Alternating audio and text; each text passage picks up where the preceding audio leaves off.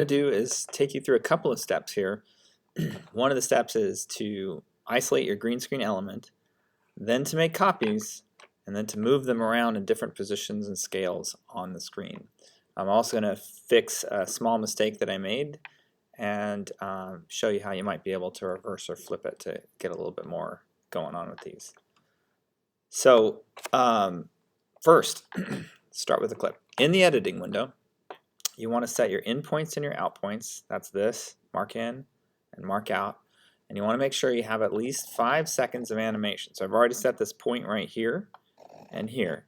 And since I don't need the sound, I'm going to go ahead and take just the drag video only and drag it to the timeline so I can see my source footage. Now you'll notice that even though I said this, I thought I had, I'll show you the original clip here, it looked like I had green on everything. I didn't notice that rip. But somehow when I moved the camera, it zoomed it, it brought in this outer edge. So before I even move on, I have to fix it by going to Effects. So I'm going to click on Effects. I'm going to use what's called cropping, which is a useful tool when you need it. And I can drag it here onto the clip, or I can drag it here into the Effects control panel for this particular clip that I'm working with. And all this is doing is letting me bring the crop in so that I'm eliminating that mistake. And thankfully the subject's not spilling out into that, so I can take the top down just a smidge, and I can take the right over a smidge to cover up that, and then basically the clip is fixed. I've got nothing but green in the background. That sets me up to do my next edit, which is a tool called Ultra Key. Ultra Key is a keying tool that allows you to select color and eliminate it. Ultra Key is one of the better ones because it allows you to modify and get better results out of it. Ideally, if you had the screen perfectly lit without any shadows or hot spots, you just click green and it would eliminate the green. But usually there's a little bit more that you need to do to fix it. So you got to take this dropper tool, click and hold, drag it out to the color, the one that looks like it's the most common, and then click. Then you've got the cleanup to do, and that's where you're going to open up matte generation. One of the ones I've seen to be the most effective is the pedestal and tolerance. Then there are a few other tools in matte cleanup: midpoint, contrast. The soften kind of creates a little bit better edge there. Choke, I'm going to leave that alone. And still, I'm having some trouble getting rid of the highlights. And there's transparency. That's giving me a little bit better, cleaner result. And I'm not seeing any green. And that's the key. If you can get as much of that green out, it's going to look like a separate element. And now I've got my animation cycle. Next thing I'm going to do is I need more of them. So this is a simple copy-paste. Apple C. And then Apple V. I'm going to move the timeline over because I know it's going to pop up right there. I'm going to hit Apple V again. And then I'm going to put all 3 of these on top of each other. And because they're the exact same position, the exact same scale, it still looks like there's just one. A key thing to pay attention to is which clip you have selected. Since I made a copy, they all have the same crop and they all have the same Ultra Key, so I don't have to do that 3 times. I'm just making a copy of a fixed clip. But now I want to separate them and be able to see all 3 of them at once. So I'm going to open up my motion controls, and I'm going to do this just by position. And move this top layer over. And then I'm going to choose the next one down, and I move it down a little bit and over. And notice too that since this clip is on top of this clip, you'll see that it covers it up.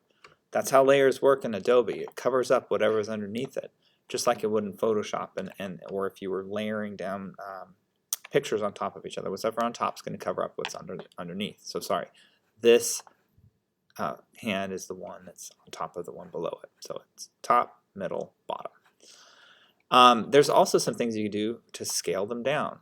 So I'm going to make this one smaller. And when you decide how you're going to integrate this into your background, that's what you're going to do, is to create the illusion of depth. And you're going to probably have each scale just be tinkered with a little bit depending on what it is you're going to do. And in my case, I used a desert background, so it looks like this. I had one kind of on this dune and another hand, if you can see behind there, on the smaller dunes, and this was the foreground dune. And again, when you see that animation run, You can see that they're all moving at the same time. So I'm going to go ahead and make a copy of this too and paste it. Now, because each element is again something you can work with, there are ways that you can flip it. I'm going to go ahead and type in flip and just do a vertical flip on one of these. So I could, no, that's not the one I wanted. Edit, undo. I think what I wanted was a horizontal flip. There. Now I've got the same clip, but I've got them moving in different directions, which sets me up for animation later. I'm not going to do keyframes on this tutorial. This is just to set you up to place things where you want them, and then the next step is going to be to figure out how to move them across the screen so it looks like they're actually moving in the setting that you have chosen, whatever that background is. All the other effects can be done here too to each clip. And I'll just kind of tease this one a little bit. I'll choose a video effect that's really easy to spot and not obsolete, not adjust. Just try to store. I just saw one of these. It's not twirl, it was like a wave warp something. I saw it on a training video and it was about heat and I thought, oh, that's wave warp. So if you see, basically I've applied this effect without doing any edits. I can look at that property here, wave warp, and I can tinker with the wave height, make it a little bit more subtle. But basically when that plays, now that visual effect is actually being applied to that clip. And if you have time, I encourage you to explore and experiment with what you can do. Once you've animated these, there's really a lot that you can do with just a few simple tricks in Magic. And it's just the magic of Adobe. So hopefully this helps get you started, and if I went too fast in class, the tutorial will help you get from having your shot to having a composited image that you can animate later. Thank you.